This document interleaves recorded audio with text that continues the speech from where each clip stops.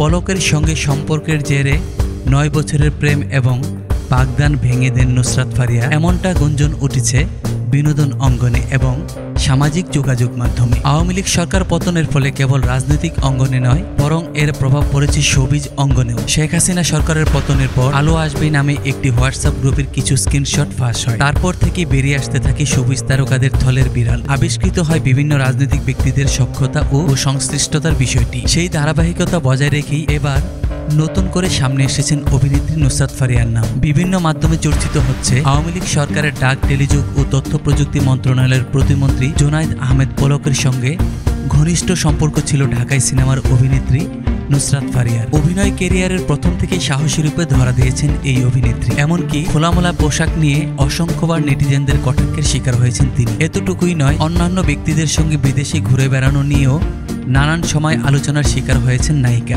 যদিও ক্যারিয়ারে তেমন কোনো হিট সিনেমা উপহার দিতে পারেননি তিনি, তবে পলকের সঙ্গে সম্পর্কের জেরেই নাকি রাতারাতি কোটিপতি হয়ে যান নুসরাত ফারিয়া। এমনটাও জানা যায়, পলকের সহায়তায় শেখ মুজিবুর রহমানের বায়োপিক মুজিব একটি জাতির উপকার সিনেমায় শেখ হাসিনার চরিত্রে অভিনয় করার সুযোগ পান তিনি। পলককে ম্যানেজ করে অবিরত চেষ্টা চালান আওয়ামী লীগের মনোনয়ন পাওয়ার। সর্বশেষ দ্বাদশ জাতীয় সংসদ নির্বাচনে সংরক্ষিত নারী আসনের প্রার্থী চূড়ান্তের লক্ষ্যে গণভবনে মনোনয়ন পাওয়ার জন্য উপস্থিত ছিলেন নুসরাত ফারিয়া। তবে পলকের ঘনিষ্ঠ হওয়া সত্ত্বেও এমপি হওয়ার স্বপ্ন পূরণ হয়নি তার। কেবল এতটুকুই নয়, দীর্ঘদিনের প্রেমিকের সঙ্গে 2020 সালের 21 মার্চ বাগদান সারেন নুসরাত ফারিয়া, কিন্তু পলকের জন্য সেই বাগদান ভেঙে যায়।